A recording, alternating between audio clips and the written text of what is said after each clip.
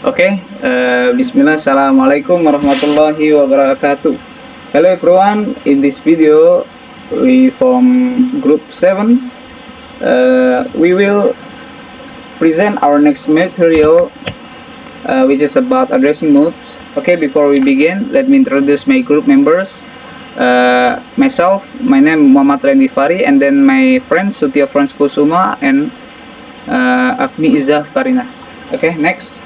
What is the meaning of addressing modes? The addressing modes is the way used by the processor to access data required during instruction execution. In this process, the CPU uses certain methods to determine how instruction access data or operands. Both in register and memory, the process starts in the control unit or CPU, where it takes instruction from memory and then decodes or translates them so they can be understood by the processor. After that, the translated instruction will be executed by the arithmetic logic unit or ALU. Name is Sutio Kusuma. Operand is the data or memory address that an instruction operates and on. It can be an immediate value, a constant directly specified in the instruction, a memory address pointing to the data in memory, or a register, a small storage location within the CPU.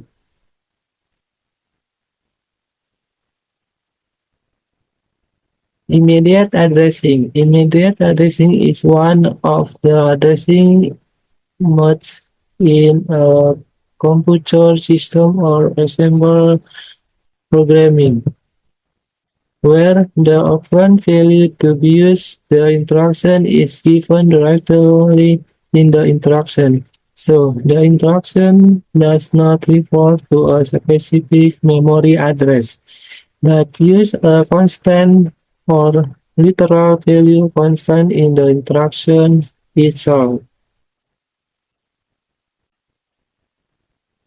Direct addressing. Direct addressing mode is an addressing method in which the instruction in the CPU directly points to the memory address containing the data or operand to be used.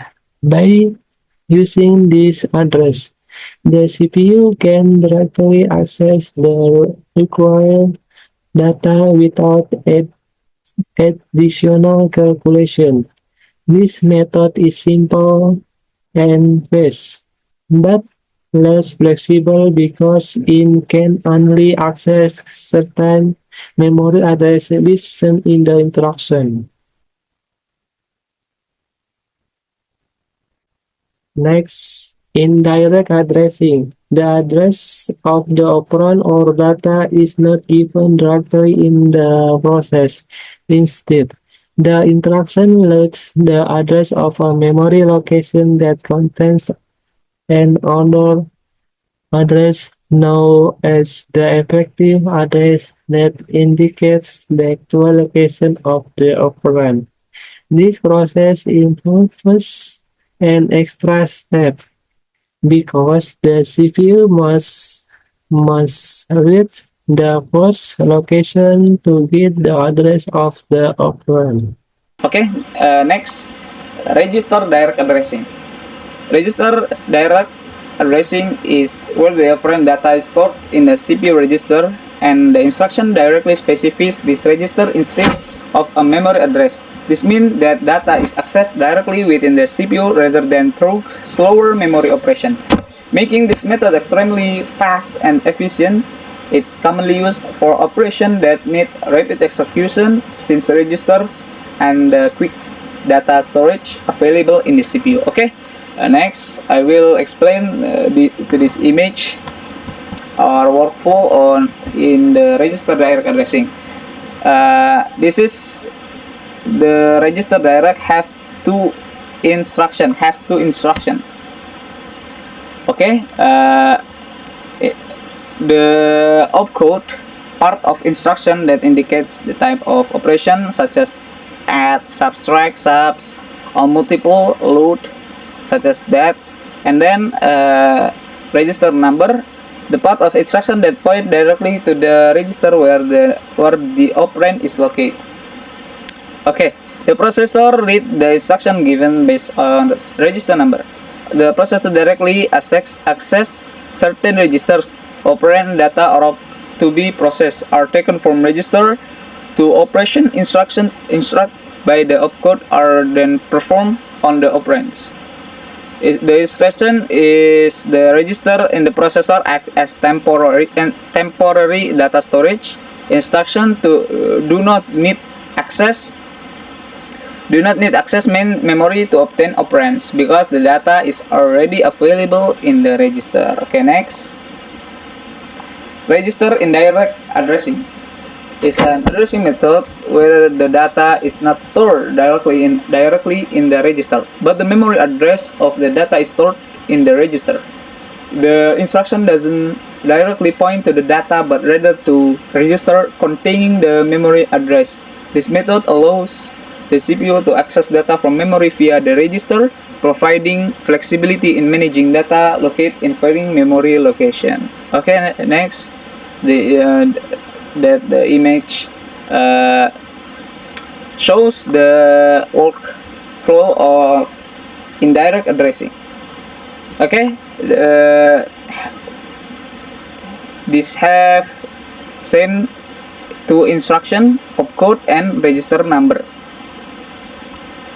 Okay, the processor read instruction containing opcode and register number. The register designed by the register number contains the memory address. The processor then use this memory address to access operand in main memory.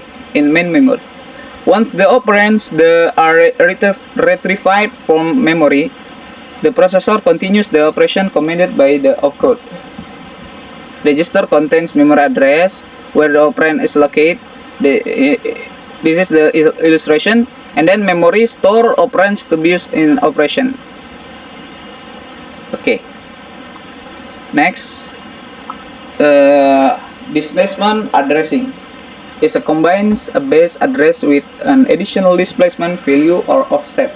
To generate the effective memory address, this approach is highly flexible and allows for efficient access to complex data structures like arrays, records, and tables. Displacement addressing modes is commonly used in assembly languages and processor architectures to handle memory operation efficiently. Okay, in the displacement have three instruction: opcode, register R, and address A. Okay, register R indicate the register that contains the pointer of or base address. Address A, this is a offset, value offset. Okay, to produce effective address. To access operand in memory, the operation commanded by the opcode. Okay, illustration contains the register contains base address pointer displacement. Address A fixed value added to the base address step. The processor reads the value in register R, and then the address A is added to value in register A to calculate effective address. The effective address used by the access operand in memory, and then operands are loaded from memory and operation are performed according to opcode. Operand perform according of opcode. Comment in the opcode. Here I will explain about stack addressing. Stack addressing is a mode of addressing used to manage data in a stack structure, which operates based on the last in first out LIFO principle. It is commonly used in programming to handle function calls, manage local variables, and store temporary data efficiently. This mode is as follows. Instruction consists of opcodes and operands. The opcode determines what operation will be performed, while the operand does not need to explicitly include a memory address because the data is directly taken from the top of the stack. For example, the operation carried out is the addition of 3 plus 7. Then the system takes the top two values from the stack, namely 3 and 7. The operation is carried out according to the instruction. In this case, 3 plus 7 equals 10. The final result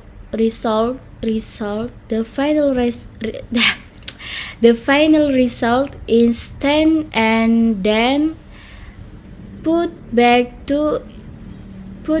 into the stack at the top. Addressing, the first one is direct addressing. For example, load 1 equals in the address memory when the value is 10. So load 1 equals 10. Next, there is indirect addressing, load 3. Indirect addressing is usually marked with parentheses. Memory address 3 has a value of 50. So the result of load 3 equals 50. Immediate addressing, load 50 equals immediate addressing is usually marked with a fan sign. In memory addressing, 50 has a value of 3, so the result of load 50 equals 3. Register addressing, load C. Because looking for the value in the register, then what is seen is the register table, which is register C is 50. So the result of load C equals 50. Register indirect addressing, load D. In the register table, D has a value of 51. So load D is equal to 51. Displacement addressing, load D means 1. In the register table, D has a value of 51 minus 1, the result becomes 50. 50 is not the value but a temporary value and can be seen in the address memory table. 50 has a value of 3, then the result is load D mean 1 equals 3. Okay, so the conclusion in this material, addressing modes. In computer architecture are methods the CPU uses to access data in instruction, including immediate, direct, indirect, register, displacement, and stack addressing. Each mode has advantage and disadvantage, and according to its use such as speed, flexibility, and memory efficiency in processing data on our CPU. Okay, maybe that's for all our presentation in this video. Thank you for your listening or for your attention and your attention. Thank you. Wassalamualaikum warahmatullahi wabarakatuh.